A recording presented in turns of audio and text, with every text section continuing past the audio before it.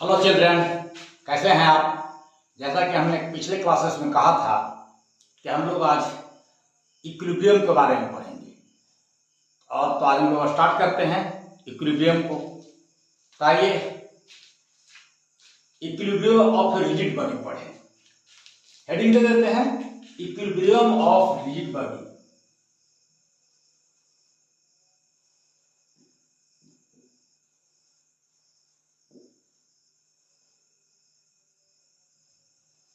Of rigid body.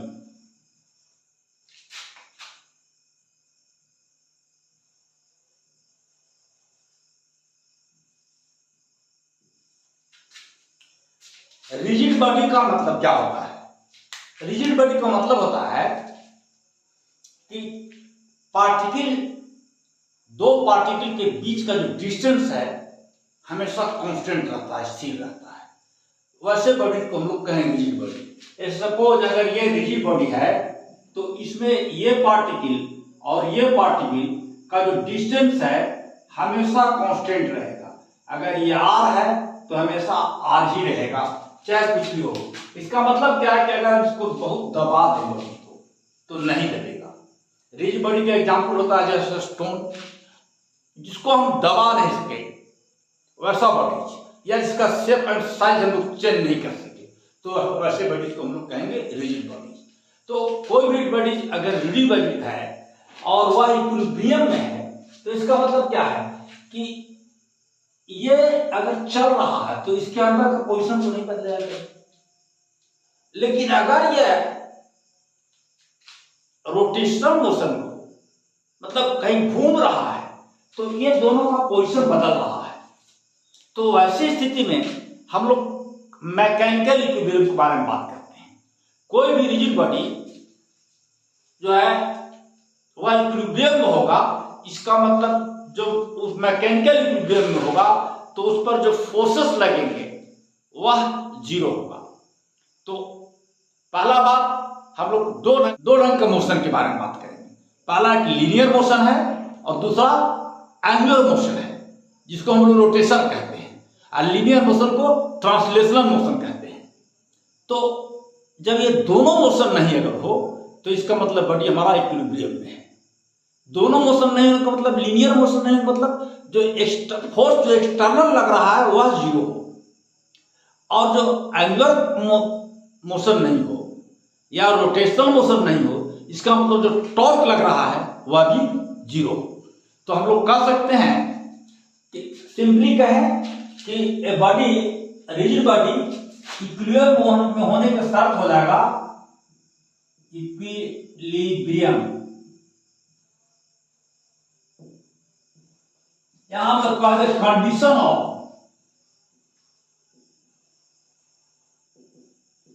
Of equilibrium of a rigid body.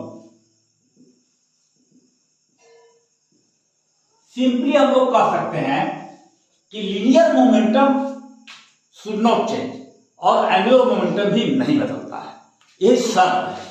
तो पहला शर्त है लीनियर मोमेंटम और दूसरा है एंगुलर मोमेंटम। ये कहां से ये should not change,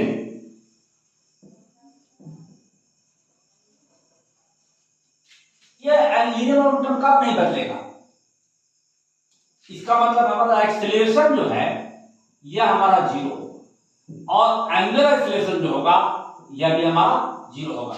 angular acceleration के संबंध में हम इससे एंगुलर से, लीनियर के संबंध में संबंध है इस एक्सेलरेशन, ये जीरो होना चाहिए। दूसरे शब्दों में हम लोग कहे हैं कि जो फोर्स एक्सटर्नल जो है F I external must be zero. और ये अगर हम लोग बात करें टोटल का तो हम लोग कह सकते हैं कि I इक्वल टू 1 से लेकर के I इक्वल टू n तक external forces acting on the system of particles और the rigid body is zero. या टॉर्क की अगर बात करें, इसके लिए टॉर्क का बात करें तो torque I T I external is equal to zero और ये टोटल के लिए क्या करते हैं, i इक्वल टू 1 से लेके i इक्वल टू n तक हम लोग लेते हैं। इतना ही नहीं, जब हम लोग ये एक्सटर्नल फोर्स की बात कर रहे हैं तो ये सभी डायरेक्शंस में x, y और z कोऑर्डिनेट में यह 0 होना चाहिए। तो हम कह सकते हैं कि दिस लीड्स, यहां से हम लोग आकर इस बात को कह सकते हैं कि ये 0 हो रहा है,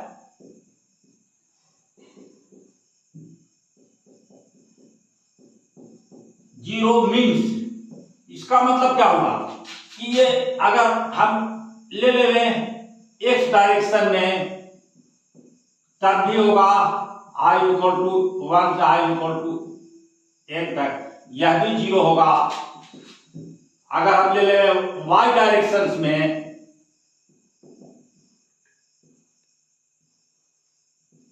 e एक्सटर्नल i y मतलब y डायरेक्शन के लिए, एंड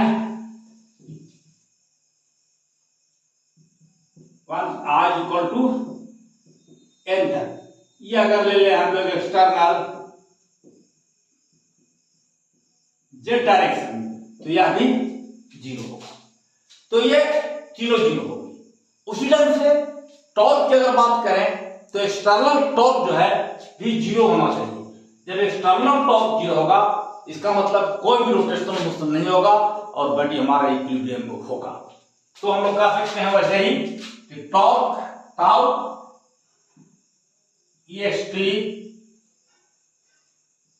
i इक्वल टू 1 से i equal to n is equal to 0 means इसका मतलब हो गया x डायरेक्शन में, y डायरेक्शन में और z डायरेक्शन में 0 हो जाएगा।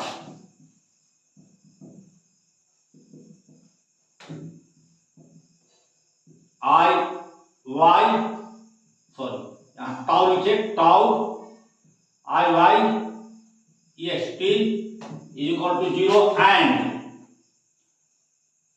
Summation of i equal to n tau i z external is equal to 0। This is the condition. ये हम लोग लिखने का तरीका एक्चुअली हमारा यही काफी है, कहना ये कहना काफी है कि when there is no change और ये हम लोग कह सकते हैं कि एक्सेलरेशन, लीनियर एक्सेलरेशन इज 0 और the angular acceleration 0, then the rigid body is in equilibrium. और बोथ साइड को हम लोग कहते हैं मैकेनिकल इक्विलिब्रियम में कहते हैं। जब दोनों 0 हो जाए तो हम लोग कहें कि मैकेनिकल इक्विलिब्रियम में। तो ये हमारा शर्त है condition of equilibrium of rigid body, और यह इक्विलिब्रियम को हम लोग कहते हैं मैकेनिकल इक्विलिब्रियम। ये जो हमारा होगा वाकई में मैकेनिकल इक्विलिब्रियम है। लिख लेते हैं हम यहां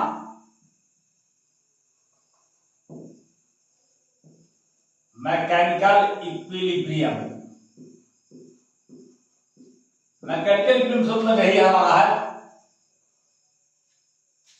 जैसे मैकेनिकल एनर्जी कहते हैं तो काइनेटिक एनर्जी, पोटेंशियल एनर्जी दोनों की बात करते हैं। जैसे यहाँ जो है एक रोटेशनल मोशन से हम लोग बात कर रहे हैं, या एक ट्रांसलेशनल मोशन की बात कर रहे हैं, दूसरा हम लोग रोटेशनल मोशन की बात कर रहे हैं।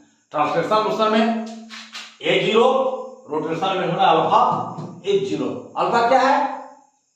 Angular acceleration, this is the alpha. तो ठीक है, हम लोग आगे बढ़ते हैं और थोड़ा इसको हम लोग और समझने की कोशिश करें। हम लोग 2 केस लेते हैं।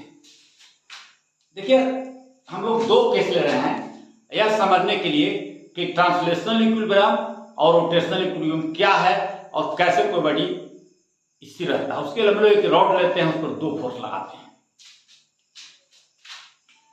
देखिए एक रॉड है ए बी, और इस पर जो हम लोग थोड़ा उसको बड़ा दिखाते, इसको भी थोड़ा बड़ा दिखाते।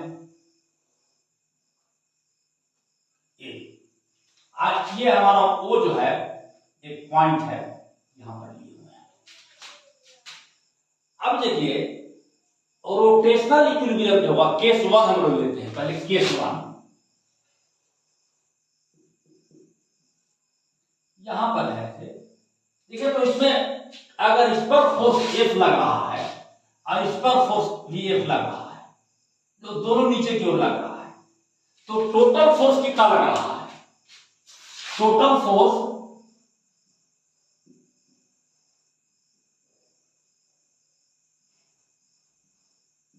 Is equal to F plus F is equal to 2F, और यह नीचे की ओर लग रहा है। और यहां पर अगर हम लोग एक टिक लगा दें या स्टैंड लगा दें तो इसका नॉर्मल रिएक्शन ठीक O पर लगेगा जो ऊपर की ओर लगेगा।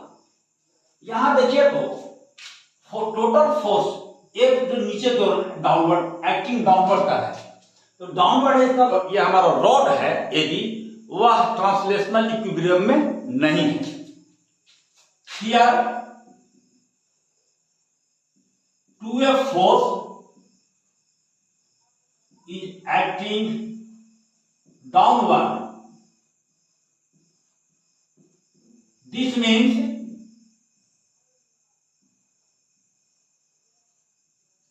total force 2F is not 0, और जब 0 नहीं है तो body is, this means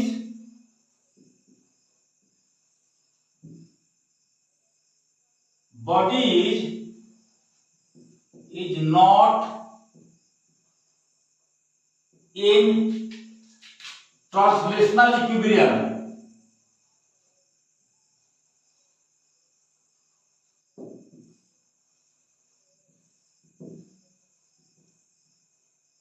translational equilibrium में इसका मतलब क्या है कि बॉडी में लीनियर मोशन हो सकता है। अब थोड़ा हम लोग देखें कि इसका जो है टॉर्क की क्या स्थिति है, टोटल टॉर्क क्या हो रहा है, एक्सटर्नल टॉर्क क्या लग रहा है। तो आइए टोटल टॉर्क की बात करें। देखिए ऐसे होगा, एक ऐसे होगा और एक ये जो होगा इस तरफ, ये ऐसे होगा। टॉर्क क्या होगा हमारा, टोटल टॉर्क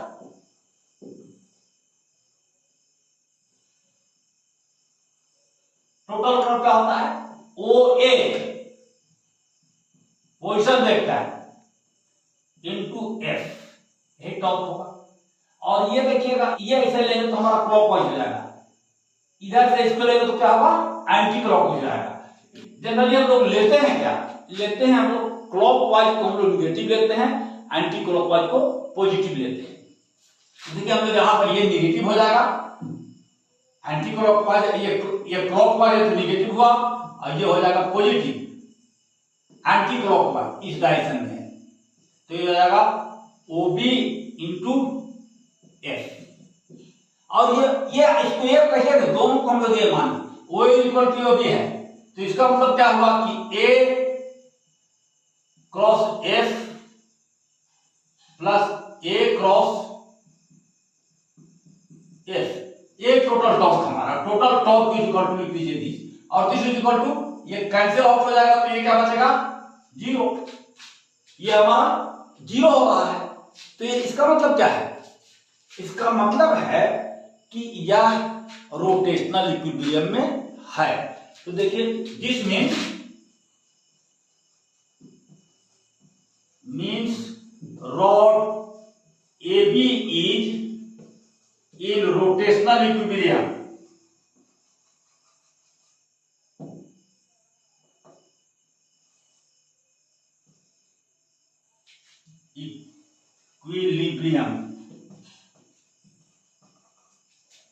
आइए फिर केस दूसरा देखते हैं, केस सेकंड। इसमें जो है हम लोग वही AB हम लिए हुए हैं, और इस O के लॉन्ग, O हमारा सेंटर पॉइंट है, और इस तरफ फोर्स हम लगा देते हैं, एक फोर्स A पे यहां लगाते हैं और एक फोर्स हम नीचे लगाते हैं। अब हम लोग देखते हैं कि इसमें टोटल टॉर्क की स्थिति क्या होती है और टोटल फोर्स का स्थिति क्या होता है, सो हम लोग देखते हैं। तो टोटल फोर्स देखिए तो क्या हो जाएगा, टोटल फोर्स इज 0। पहला काम कीजिए, टोटल फोर्स ये है तो ABF है, total force is equal to एक ऊपर अगर पॉजिटिव है तो नीचे वाला को नेगेटिव लीजिए, F minus F is equal to 0। Total force 0 होने का मतलब है कि बॉडी जो है हमारा ट्रांसलेशनल इक्विलिब्रियम में है, मतलब इसमें जो है लीनियर मोशन नहीं होगा। So body is in translational equilibrium.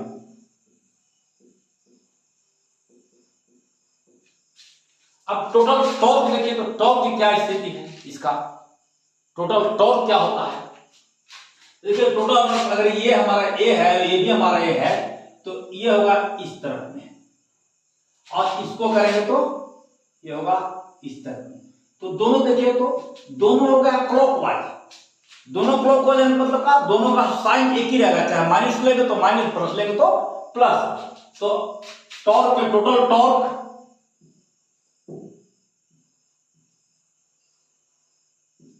Equal to A cross F plus A cross F. ध्यान दीजिए अगर माइनस लेंगे हम लोग, इसको मान रहा है कि चल रहा है क्लॉकवाइज, क्लॉकवाइज को अगर माइनस लेंगे तो दोनों माइनस हो जाएगा, तो माइनस आएगा, रिजल्ट पर कोई अंतर नहीं पड़ेगा, केवल डायरेक्शन चेंज कर जाएगा, मूवमेंट का डायरेक्शन चेंज करेगा। तो ये हमारा हो जाएगा 2a क्रॉस एफ। तो ये टोटल टॉर्क अगर है, टोटल अगर इतना हो रहा है, इसका मतलब क्या है, बॉडी हमारा रोटेशनल इक्विलिब्रियम में नहीं है। इसका मतलब बॉडी क्या होगा, इस O के लॉन्ग, इस O के लॉन्ग रोटेट कर जाएगा। ठीक है, इसी तरह से है कि अगर ये हम लोग कलम एक हम लोग यहां पर लगा दें, फोर्स एक यहां लगा दें, और यहां O से अगर मूव कर ले, अगर फ्री है तो इस ढंग से घूमने लगेगा। ठीक है, इस ढंग से ये घूमेगा, चारों तरफ घूमने लगेगा। ठीक इस ढंग से जैसे कंपास जो मैग्नेटिक नीडल होता है वह घूमता है फ्रीली, वैसे ही घूमने लगेगा। तो इसका मतलब यहां को हम लिख देते हैं। So A B is not in rotational equilibrium, in rotational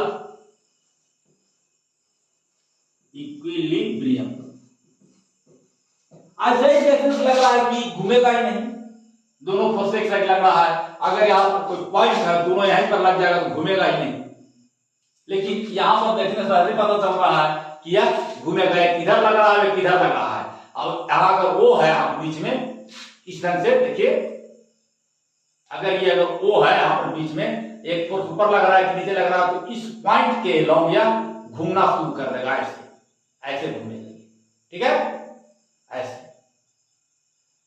तो AB is not in rotational equilibrium, means AB can rotate about O, O के लॉन्ग यह घूम सकता है। यहां पर क्या था कि O के लॉन्ग नहीं घूम सकता था, लेकिन यहां यह आगे पीछे चल सकता था। अगर दोनों फोर्स इस तरफ लग गया है तो ऐसे चलेगा।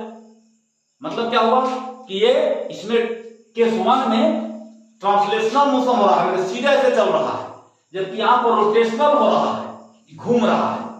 ठीक है, तो हम लोग आगे बढ़ते हैं और देखते हैं। इसका एग्जाम्पल में हम लोग दो चीज लेते हैं। एक तो हम नीडल की बात कर रहे थे, तो थोड़ा एग्जाम्पल इसका देख ले। इसको हम लोग पहले मिटा देते हैं और तब एग्जाम्पल देखते हैं। एक मैग्नेटिक कंपास लेते हैं, एग्जाम्पल लेते हैं, एग्जाम्पल ऑफ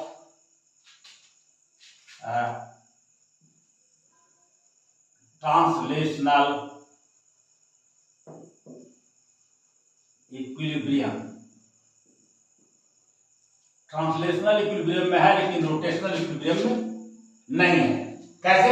इसे हम लोग लेते हैं, ये हमारा जगह नॉर्थ, ये हमारा साउथ, ये हमारा ईस्ट और ये हमारा वेस्ट।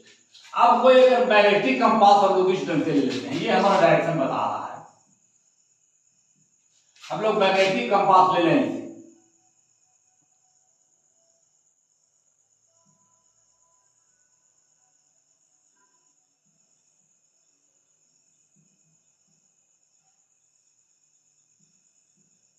ये हमारा स्टैंड है, ये हमारा इसका एम पोर्शन हो और ये इसको दिखा रहा है नॉर्थ पोल और साउथ पोल।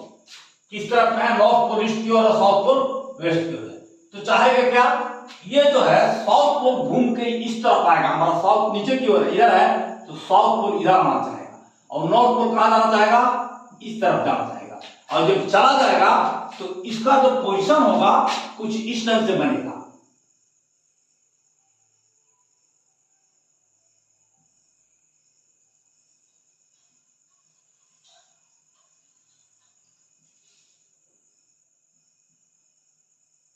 इस ढंग से होगा, और ये जो होगा बताएगा, ये हमारा हो जाएगा नॉर्थ पोल जो कि नॉर्थ की ओर होगा, और साउथ पोल हो जाएगा जो कि साउथ की होगा। ये हमारा ईस्ट डायरेक्शन था, ये हमारा वेस्ट डायरेक्शन था। तो इस ढंग से चेंज कर जाएगा। तो ये क्या बता रहा है कि रोटेट कर रहा है, रोटेशनल, ये एग्जांपल ये ट्रांजिशनल इक्विलिब्रियम में है लेकिन रोटेशनल इक्विलिब्रियम में नहीं है, रोटेट कर रहा है, हमारा घूम जा रहा है। वैसे ही जब हम लोग किसी का ढक्कन खोलते हैं इस तरह से घुमा करके, जैसे opening lead of A bottle, एक बॉटल को हम लोग घुमा कर लीड खोलते हैं इस ढंग से, तो वहां पर क्या होता है? रोटेशन होता है। सीधा हम लोग नहीं खींचते हैं, आइट के खींचते हैं, खोलते हैं इस ढंग से, तो वहां पर फोर्स लगता है। देखिए यहाँ पर फोर्स लगेगा, कैसे जब खोलिएगा इसको तो दो रंग का फोर्स लगेगा, एक यहाँ लगेगा एक यहाँ लगेगा, और दोनों एक दूसरे के विपरीत में लगेंगे।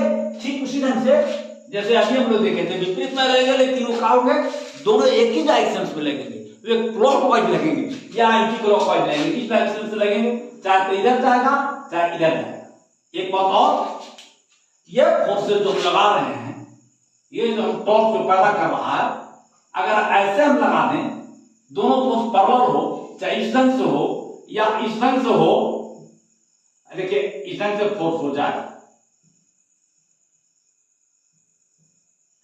तब भी टॉर्क में अंदर नहीं पड़ेगा, तब भी यह रोटेट कराएगा। मतलब ये पैरेलल हो या फिर इस ढंग से हो,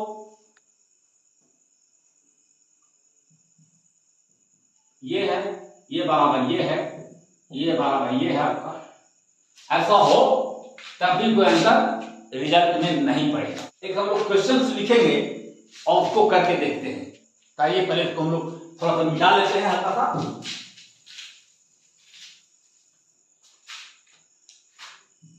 So that the moment of the couple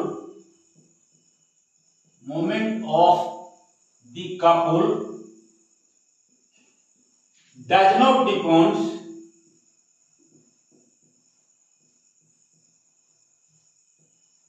on the point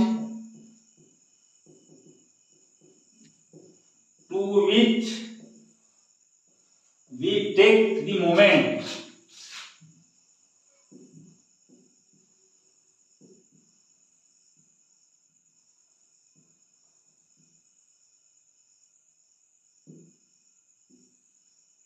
So that the moment of the couple does not depend on the point to which we take the moment.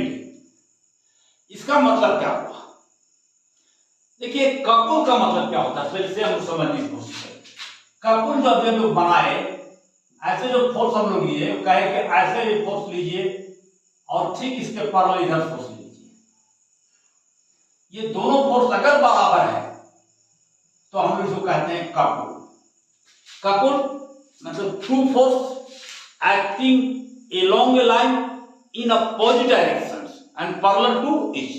The two forces must be equal, must be opposite and parallel to each. दोनों बराबर होना चाहिए, दोनों parallel होना चाहिए और हमेशा opposite direction में एक्ट करना चाहिए इनको। तो ये कपल फॉर्म करते हैं। अगर ये लाइन हमारा ए बी है और ए बी के ए पर काम कर रहा है, बी पर पॉइंट काम कर रहा है, तो हम लोग इसको निकालते हैं कि टोटल टॉर्क कितना होता है किसी पॉइंट के एग्राउंड। तो क्या होगा, जो टोटल टॉर्क होगा, so that the moment of the couple means torque से हमारा मतलब है, moment of the couple means torque does not depend on the point to which we take the moment।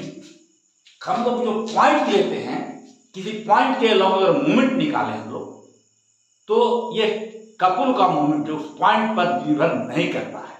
किससे पर निर्भर करता है? तो हम लोग देखते हैं। आइए, ये हम लोग पॉइंट ले लीजिए O, यहां पर O पॉइंट लेते हैं। इस A से इसका डिस्टेंस कितना है, ये हम लोग R1 कह दे, और ये डिस्टेंस हम लोग कह देते हैं R2। Of course R1 R2 is the position vector. ये क्या हो जाएगा हमारा पोजीशन वेक्टर। वो अगर हमारा एक इनिशियल पॉइंट है और जिसके हम निकालने जा रहे हैं, तो यह हमारा होगा R1 R2 पोजीशन वेक्टर। तो थोड़ा देखिए, तो हम लोग कैसे निकालेंगे?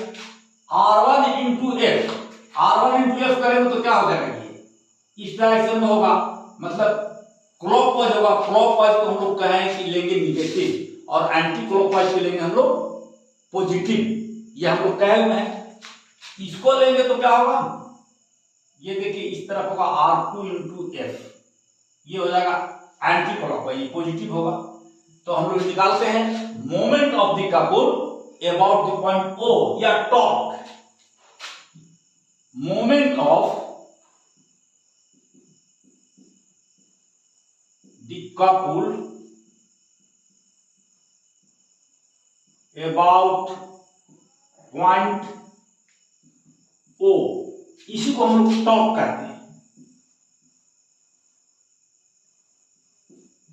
ये टॉर्क क्या हो जाएगा, R1 into F, R1 cross F, ये होगा पहला, और दूसरा होगा R2 cross F. Sign consider कीजिए, इसको हम लोग कहेंगे इस तरफ जा रहा तो माइनस, तो ये क्या हो जाएगा प्लस। ये टोटल टॉर्क हो गया। अब देखिए, तो वेक्टर से हम लोग क्या लिख सकते हैं कि R2 equal to R1 plus AB। अगर AB हमारा वेक्टर है तो या R1 इक्वल टू लिख सकते हैं दिस इक्वल टू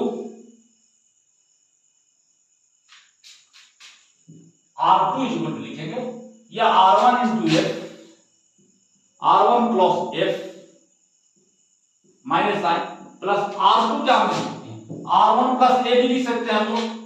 तो लिखेंगे R1 plus A B vector cross F, कोष्ट लिख लीजिए। R2 is equal to vector R1 plus A B, कौन सी से, बाय ट्रायंगल R1 देखिए OA प्लस AB is equal to OB, that is R2। So this is minus R1 cross F plus R1 multiply कीजिए cross F plus AB cross F, ये और ये cancel out हो जाएगा तो बचेगा AB क्रॉस F। और ये AB क्या है, what is AB? AB is the shortest distance between A and B। सो ये जो है moment of the couple depends upon the distance between the two. दो फोर्स जो लग रहे हैं उनके डिस्टेंस पर निर्भर करेगा। सो this is distance AB into force F, यह डिस्टेंस इंटू F पर निर्भर करेगा। So depends upon on distance. जो कपल का जो मोमेंट होगा depends upon the distance between two forces. So moment of the couple लिखिए आप, moment of the couple depends on the distance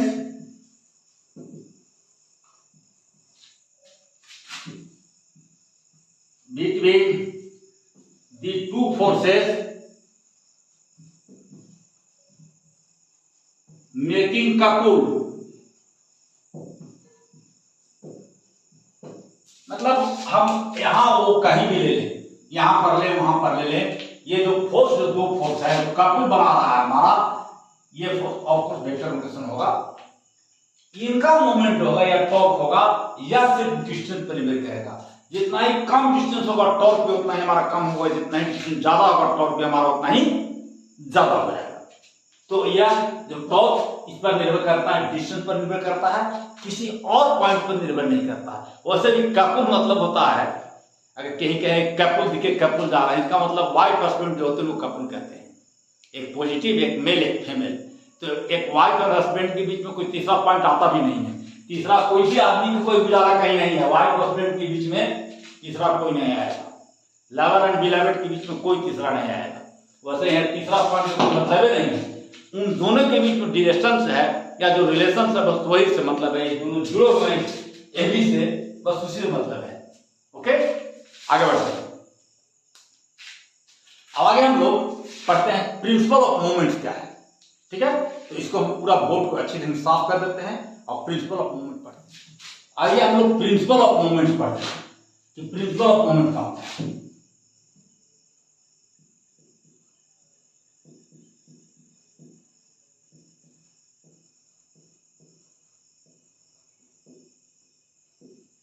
principle of movement, principal नहीं, principle of movement, सिद्धांत क्या है इसका। देखिए तो कोई एबी रॉड हमारा है, ये हमारा एबी रॉड है और यहां पर एक हम फालक्रम लगा देते हैं, फालक्रम।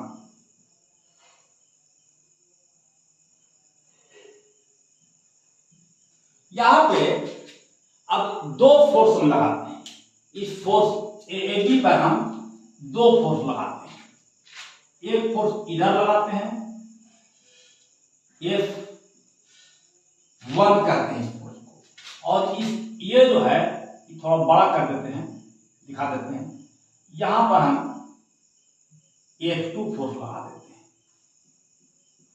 या F2 थोड़ा छोटा दिखा देते हैं, F2 थोड़ा सा छोटा, ये F2 फोर्स लगा दिया।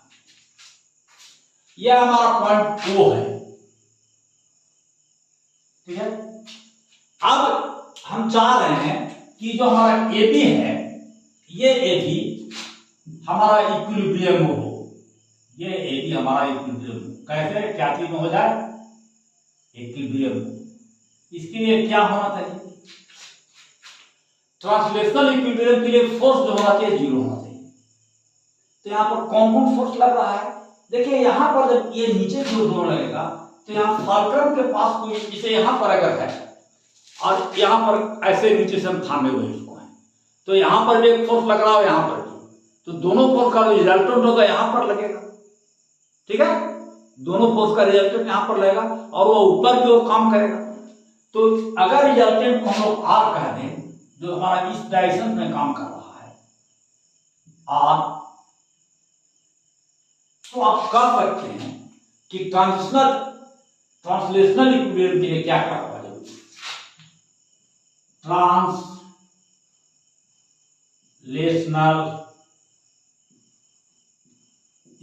For translational equilibrium force total 0 होना चाहिए। टोटल फोर्स 0 मतलब क्या है, देखिए ये R1 ऊपर क्यों लगा, तो R1 को पॉजिटिव ले लीजिए, माइनस F1 नीचे की ओर, माइनस F2 नीचे की ओर, दिस मस्ट बी। तो हम लोग कह सकते हैं कि R1 is equal to F1 plus F2। अगर ऐसा हो जाए कि R1 ऐसा फोर्स लगे कि यह बैलेंस है, R1 F1 और F2 के बराबर ये अगर है, पूरा फोर्स लग रहा है, तो यह जो हिलेगा ही नहीं, जस्ट के तस रहेगा। तो हम लोग कहेंगे कि यह जो है ट्रांसलेशनल इक्विलिब्रियम, मतलब आगे पीछे ये नहीं कर रहा है। आइए देखिए रोटेशनल इक्विलिब्रियम के क्या शर्त होना चाहिए। रोटेशनल टॉर्क हमारा 0 होना चाहिए, टोटल टॉर्क बस भी 0, और टोटल टॉर्क कहां लेंगे, अलोंग दिस। ठीक है, ये फोर्स नीचे की ओर लग रहा है, तो हो सकता है यहाँ पर कुछ हम लोग बार लगा दें तो यह mg नीचे की ओर रहेगा, तो इसको हम लोग कहते हैं लोड। और यहां जो फोर्स लगाते हैं ये हमारा कहलाता है लोड। और ये जो हमारा एओ आर्म है, बोर्ड पर दिखेगा, ये हमारा कहता है लोड आर्म, लोड आर्म। इसको F2 कहते हैं इफॉर्ट, मतलब जो आप फोर्स लगा रहे हैं, प्रयास कर रहे हैं। और इसको कहते हैं OBU कहते हैं effort arm.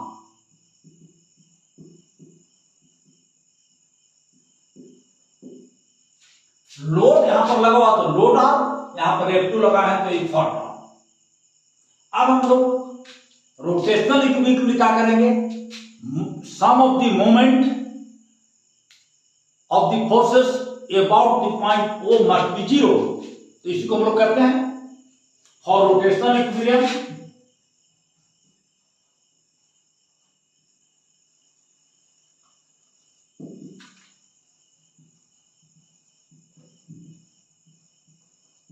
movement of the forces, sum of the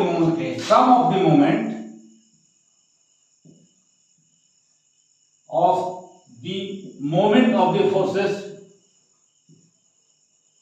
about the fulcrum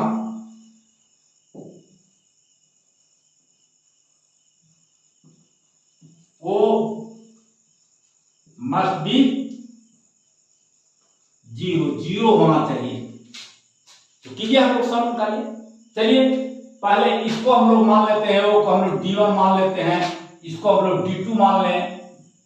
तो पहले क्या लिखेंगे, फर्स्ट देखिए तो O के लॉन्ग लगाएंगे D1 इंटू F1। तो D1 इंटू F1 कितना होगा, इसका मतलब क्या हुआ कि D1 into cross F1,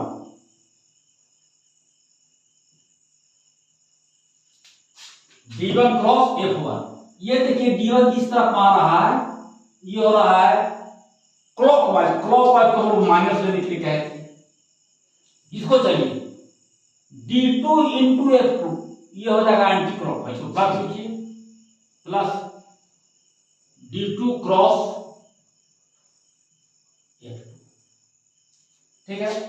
plus एक R लग रहा है, तो R चाहे क्लॉकवाइज लीजिए चाहे एंटी क्लॉक लीजिए, इस O के लॉन्ग हमको R लेना है। तो O के लॉन्ग लीजिएगा तो क्या होगा, zero vector cross R। Zero vector क्या, उसी के लॉन्ग लेना है, तो इसलिए हम लोग जीरो वेक्टर लेंगे, जीरो वेक्टर क्रॉस R। और जीरो वेक्टर का क्रॉस R का मतलब क्या है कि इसका जो है मैग्नीट्यूड जीरो होता है, तो पूरा का पूरा जीरो टर्म हो जाएगा। और ये सारे के सारे कितना होना चाहिए, सम of the moment the forces about the fulcrum must be zero. तो ये हमेशा जीरो के बराबर होना चाहिए। तो ये जो जीरो हमारा ऐसा ही हो जाएगा, दिस मस्ट बी जीरो, ये जीरो हो जाएगा। तो बचेगा क्या, देखिए तो ये हो जाएगा D1 या D2 cross F2 is equal to D1 cross F1। ऐसा आप लिख सकते हैं। इसको आप लिख सकते हैं कि D2 F2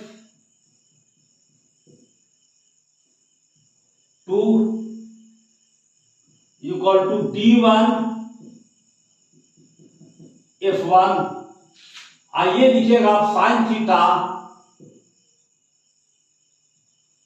90 degree n is equal to sine theta 90 degree n। n क्या है, n is unit vector perpendicular both D2 and D1। तो दोनों के लिए परपेंडिकुलर है, इसे दोनों पर होगा, ये हट जाएगा। तो बचेगा आपका, इसके बदले हम लिख देते हैं D2 F2 ऐसे लिखे, और is equal to D1 F1, जहां D2 क्या है, D2 मॉड को हम लोग D2 लिख दिए हैं, F2 को हम लोग लिख दिए हैं F2, और उसके लिए D1 को लिख दिए हैं D1, और F1 मॉड को हम लोग लिख दिए हैं F1। तो ये हम सिंपली लिख सकते हैं कि F1 upon F2 is equal to D2 upon D1। इसको कहते हैं प्रिंसिपल ऑफ मोमेंट्स।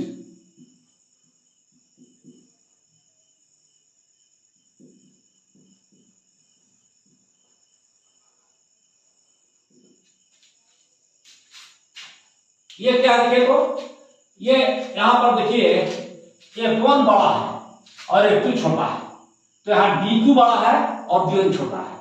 इसका मतलब है कि ज्यादा लोड उठाने के लिए अगर इस D2 आर्म को बढ़ा दें तो F2 कम फोर्स लगा करके भी हम लोग ज्यादा लोड उठा सकते हैं। लोड F1 ज्यादा है और F2 कम है। F2 कम है लेकिन D2 हमारा ज्यादा है। इसका मतलब क्या है कि ज्यादा लोड उठाने के लिए हमको अगर ज्यादा लोड उठाना है तो इस D2 को ज्यादा कर देंगे और बहुत कम फोर्स, कम इफोर्ट लगा करके भी ज्यादा लोड उठा सकते हैं। इस ढंग से अगर यहाँ पर कोई लोड हो, जैसे ये काला वाला पोर्शन है और काला वाला पोर्शन यहाँ पर हम लगाए हुए हैं फलक्रम, तो यहाँ पर कोई लोड अगर है तो इसको हमको उठाना अगर है इस लोड को तो बहुत कम फोर्स लगा के, क्योंकि ये आर्म बहुत ज्यादा हो जाएगा, कम फोर्स लगा के भी हम इसको उठा सकते हैं। ऐसा हम लोग करते हैं। तो बच्चे खेलते हैं, देखते होंगे फील्ड में, तो क्या निकालेंगे कैसे, F2 is equal to F2 बहुत स्मॉल लेंगे, स्मॉल F2 अगर लेना है तो F2 अगर स्मॉल हो तो F1 लार्ज, D1 स्मॉल, ठीक है, upon D2 large. F1 upon F2 कहते हैं मैकेनिकल एडवांटेज। यहां हम लोग देख रहे हैं कि एडवांटेज हो रहा है, बहुत कम फोर्स लगा करके लिए हम लोग ज्यादा लार्ज फोर्स को उठा ले रहे हैं, इसको कहते हैं मैकेनिकल एडवांटेज।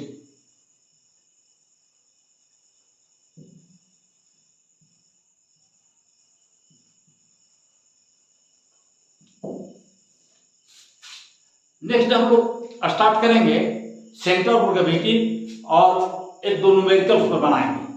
तो चलिए मिलते हैं नेक्स्ट डे हम लोग और सेंटर ऑफ ग्रेविटी करते हैं उस दिन।